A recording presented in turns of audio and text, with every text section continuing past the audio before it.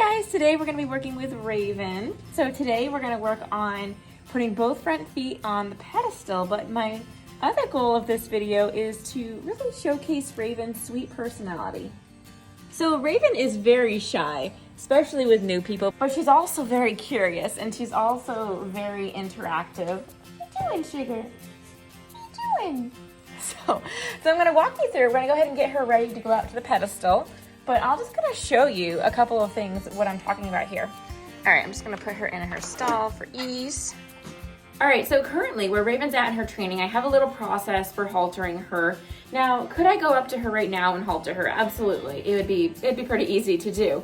But I'm really interested in building trust and building a relationship and connection and really having the horse feel at ease. So, all right, I just want to say here that I'm not what I call a professional trainer. Instead, I'm what I call a project equestrian. And over the last 2 years of working with Mustangs, I've slowly been developing my training philosophy, which essentially is a set of core values around training. So more and more, I find myself valuing calm, relaxed training, valuing, respecting, and acknowledging the horse's emotions, and so on. So there are many ways to train a horse, but my training is a reflection of those values, or I'm trying to make it a reflection of my values. So it's not everyone's cup of tea, and that's okay. Let's get on with the video. Raven is extremely intelligent, and she also is a horse that I think that in the wrong hands, like she's just really easy.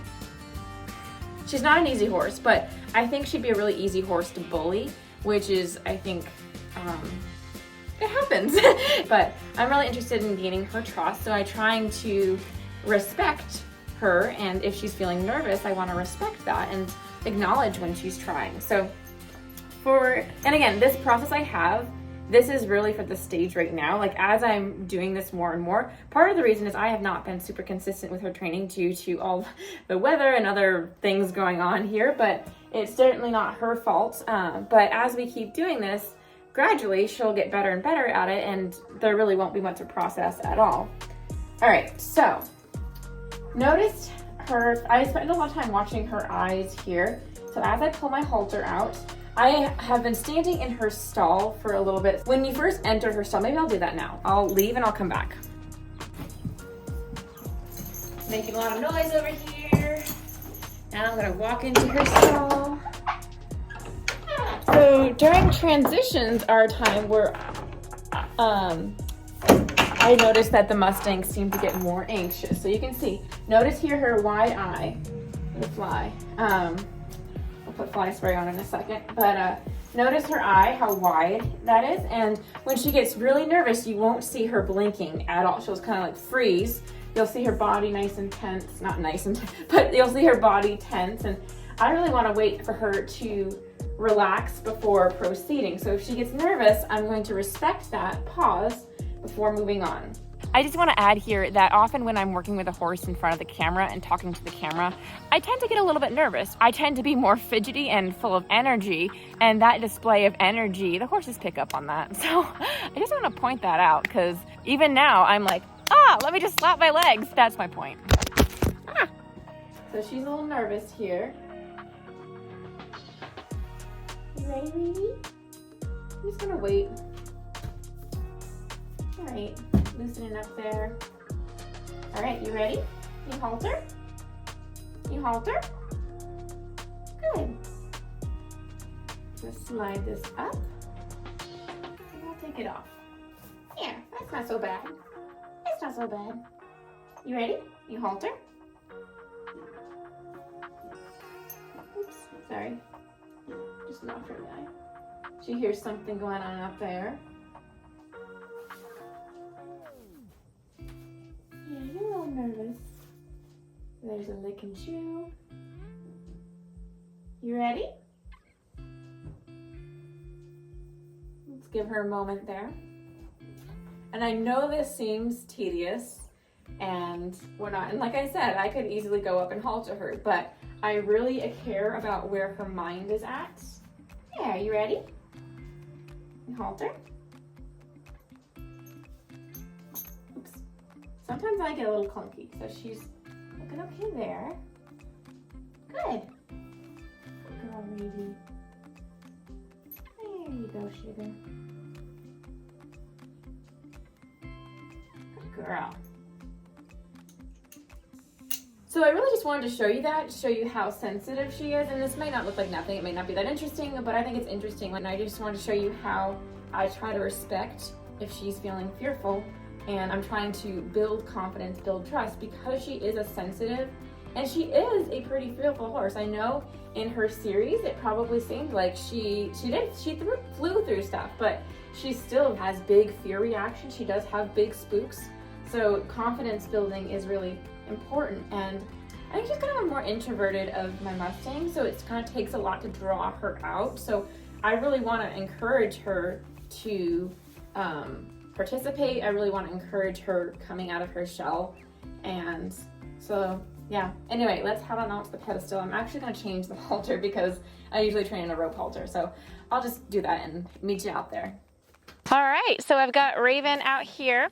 Usually what happens when she comes out here is as I start working with her, she just gets more and more relaxed. So that edginess that you saw early on, she has a great mind to her. And once you start working with her, she's just so moldable and just a lot of fun to work with. We're gonna start working with the pedestal. She's never worked with the pedestal before today. So I'm gonna go ahead.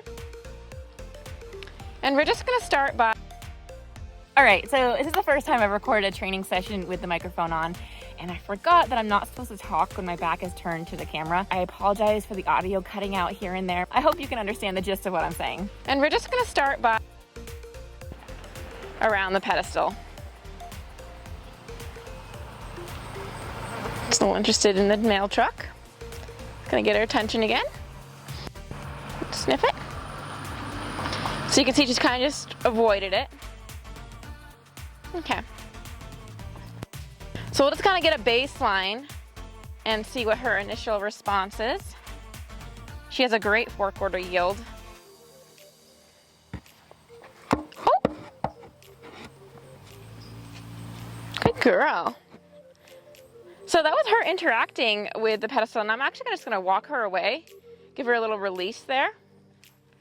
That's better than I expected. All right, just gonna plop it in front of her.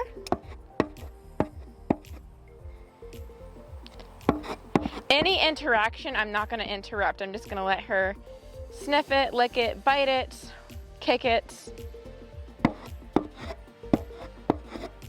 That's awesome, and we're gonna give her a release and walk away. Come on, sugar. All right, we'll try again. I'm keeping my lead line nice and slack. She tried avoiding it. I'm just gonna reposition her, see if I can get her to face it. Good girl. Pause. Now see if I can get her to step forward. Nope.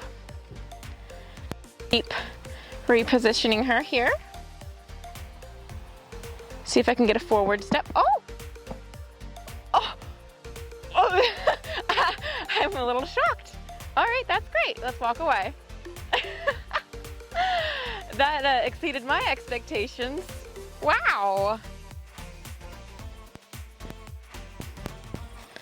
But I think the key thing that I have been focusing on with my horsemanship is not forcing the action to happen. Giving them space to work through it. I'm just gonna fix her position here. Good. Pause, step up. Good girl. Good, and we're gonna walk away. And you saw that, I didn't have to do any pulling, I didn't have to do any of that. And that's really what I've been working for with how I interact and work with my horses. I'm trying to get to a place where I respect them and respect their fear. And if they're fearful, I don't push it. I let them process. I let them work through it because they are very willing animals. They don't need to be forced or manhandled. Good girl. Give me some scratches and we'll walk away. Good. But really important are the releases and making sure that I am releasing quickly. I heard this somewhere from someone talking about starting horses, and when you put that first ride on, good, it's important to, when you get on, get off and do so quickly. And whoever this was, I apologize for not knowing, just basically commented that when you get on for the first time, the horse doesn't know, are you getting on for a minute, an hour, a day, a year, forever? They don't know that. So by giving the releases, each time that you give that release, and give that retreat, your little show pony, you're building their confidence. So she's knowing that I'm not trying to trap her on there. That time she did step down on her own. I didn't quite yet get to getting her off the block. I just wanted to know that in case you were, whatever. But anyway, so with everything I do, with building their confidence, that retreat, that release is so important. Let's see if I can back her off this time. Give me back. Again, I'm being very, very light. Come on, sugar. Good. And I gave, sorry, that sounded weird. Good. You notice as soon as she started, I saw her shifting her weight backwards. That's when I gave her a release. She hadn't even gone down yet, but she got that backward motion. So I immediately rewarded that with a release. Good girl. Yeah, she looks great. Very good, Raven. Can we back off? Being very light.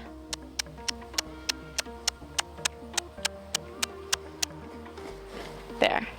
When she shifts her weight back, so this is new, so I'm trying to. Gosh, I hope I'm recording. Let me just check. Let's just check. I always get paranoid. Okay, we're good. And by the way, thank you so much again to Jim and Charlene making this video happen. So for the donations, wow, look at you. Good girl, Sugar. Guys, you're so good, you're so smart. And she is super relaxed right now. She's got a nice soft eye. Very good. Let's try to back her off again.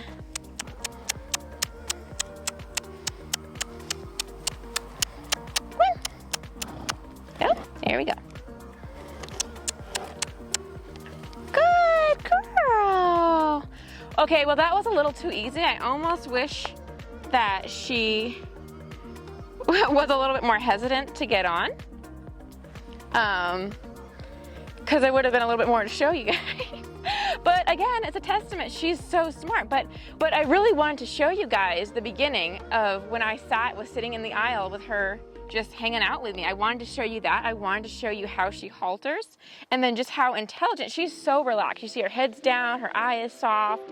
She's super relaxed, and that's why she's able to accomplish a lot in a training session. Now, I just wish that I was able to train her with her every single day. I wish I was able to get more people out and work with her because she is just so intelligent. I think the smartest, I take that back. I was gonna say the smartest Mustang I've worked with is Frida, but I think, you know, it also is like based on like the match between trainer and horse.